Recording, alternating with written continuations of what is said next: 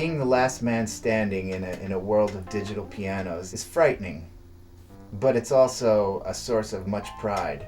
I know in my heart that I do this because it's a passion, and all my guys do it because it's a passion of theirs. We wouldn't be here if it wasn't.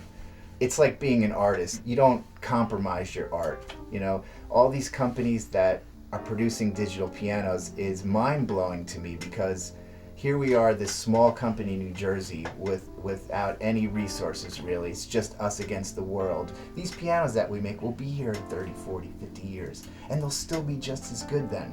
Can you imagine the latest digital piano that you go out and buy today? Do you think that will be relevant then?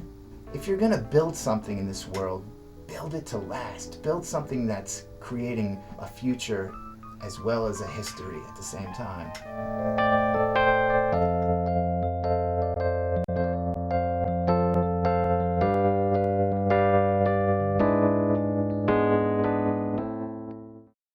The company started back in the mid-90s when I was renting vintage keyboards to Manhattan studios. I was before the curve of vintage when that came around. So I was spending more time and money on repairing the keyboards than I was actually making on renting them.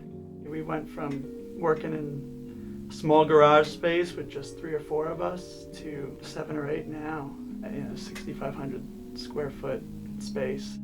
From when I started out, we were in Chris's, his garage. That was a repair business pretty much exclusively. Since then, it's like we moved to another shop down the street from here that was substantially larger than that. That's when they started developing the vintage vibe piano. We have all these parts, why don't we just make our own piano? That was always said and joked about. And one day, one of the guys who used to work for me had an idea for, why don't we make this lighter and smaller? We got together over late nights at the shop. We looked at the piano, the original Rhodes, and said, okay, what can we do without? This thing is a behemoth. So we just started chopping on the saws and cutting and taking away everything we could possibly take away on that piano and still yet retain the feel and the sound. And it eventually evolved into what it is today, 5 years later. It was a lot of hard work, more money than I can think of that it took to design it and build it and source the parts and tool for it. So we're pretty happy with it, Before I worked for Chris, I had never actually seen an electric piano before. I had only heard of them. I knew that there was a Fender Rhodes, but I had never seen one. So when I got here, I was like, wow, this is really neat. When you think electric piano, you may think circuit boards and capacitor. However, ours are electro-mechanical, and what that means is that it uses a mechanical element as well as an electronic element. So when you look at the piano here, you'll see the hammers lifting, striking up onto the tine or the piece of metal that vibrates. And then there's a pickup on the end here that picks up that sound and that vibration and sends it out here to the amplifier and out into your ears. Whereas on a digital piano, you'd have circuit boards and that goes through another set of electronic circuits, which then goes into your amplifier and out into your ears.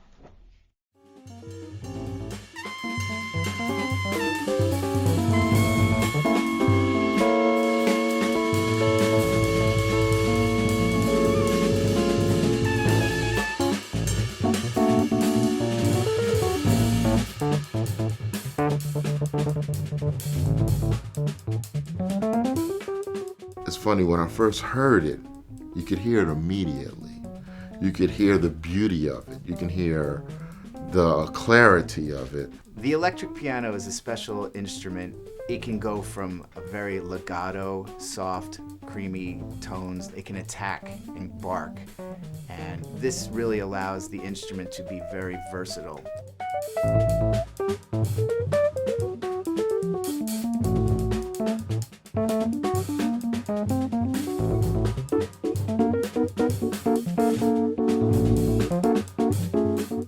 The challenges we faced in the beginning of Vintage Vibe Piano were finding that recipe, reverse engineering the parts, particularly the tines. The tines took us 5 years to reverse engineer. It was very costly. It's one of the most amazingly difficult parts on the piano to make.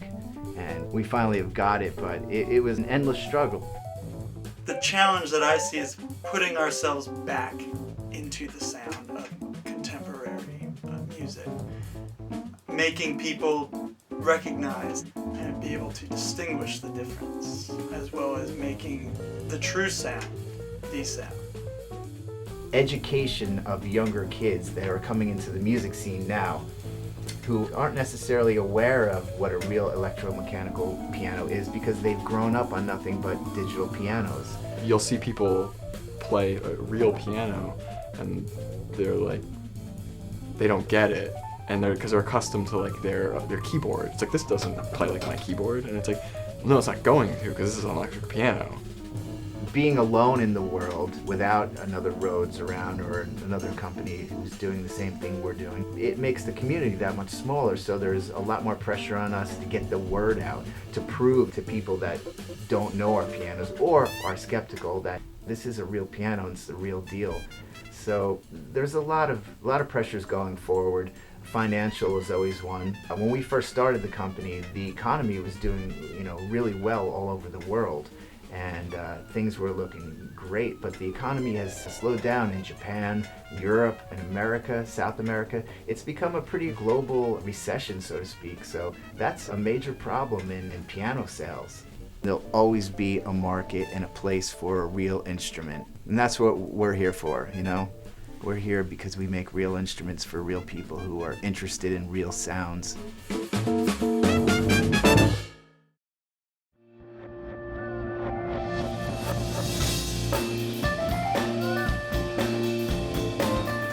Early supporters of the Vintage Vibe Company were Chris Norton from Zappa Plays Zappa, Peter Keys from Leonard Skinner. In the last couple years, players like John Ginty, he tours with the Dixie Chicks. Peter Levin, he plays with Greg Allman Band. Richie Kotzen, he's an amazing songwriter and musician. Robert Glasper is another guy, a local guy from New York City, international successful guy at this point. Stevie Wonder is the latest of our artists that we're working with, and Stevie is just like the pinnacle of where we can possibly go with our piano. He's doing the Songs in the Key of Life tour and using our pianos exclusively on that tour. It's beyond amazing for me is to see him play our pianos and to hear him play our pianos at Madison Square Garden is mind-altering for me. It's the greatest achievement we could possibly ever imagine and hope for.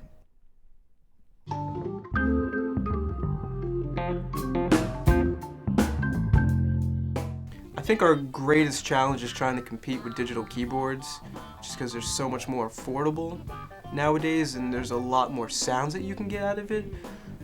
But it doesn't replace analog instruments at all. This piano will sound different than another piano, but it will still be equally as good.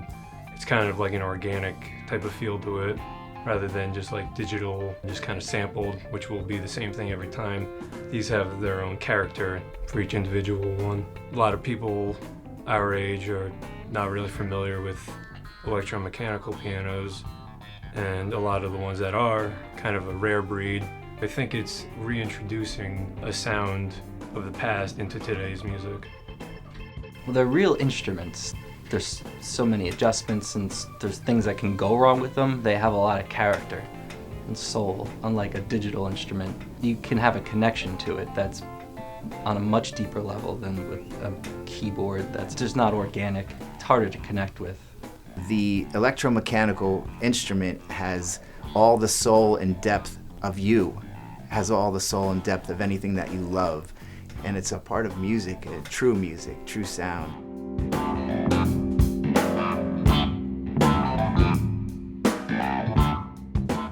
What I've learned from our team is that everyone takes pride in their work. Our piano wouldn't be what it is today without some of these technicians and their work ethic, and it really shows in the piano. No 2 days are ever the same. The guys who work here, man, they make the environment really fun. I've had lots of jobs Some of them are okay, but most of them, either you're doing something that is kind of a dead-end kind of thing, or there's no satisfaction from getting to make something. I guess my favorite moment happens anytime a client sits down for the first time with their new instrument, and I get to see them, something that I've spent time working on, weeks working on, and when it connects with them. We're a place that, customers know they can come to rely on. More than just customers, we're all friends with them. We kind of call it like being in the family. When we came out with this piano, we had to fight for it. We had to prove it. I mean, there's still people out there that don't know of us. There's still people that are skeptical of our piano. You have to see it, feel it, and play it to realize, wow, this is the most incredible piano ever built. Being alone, the last one in the world that makes these instruments, it's okay, because we're holding our own. We're doing it as best we can, and we do everything with as much passion and strength as we can. I think, it's like, in some ways, it's that little engine that could kind of thing. You just keep plugging along and you just keep doing what you're doing. The future holds expansion. It holds new ideas. It holds new concepts. It holds more education. It holds a place in people's hearts. It's something that we're passionate about, and that we're climbing the ladder every day to get to that point. All I know is that we're here today and we're in the now. We're intending for the future, but we don't know what that future is. We just know that every day we're in the present moment and we intend for a great tomorrow.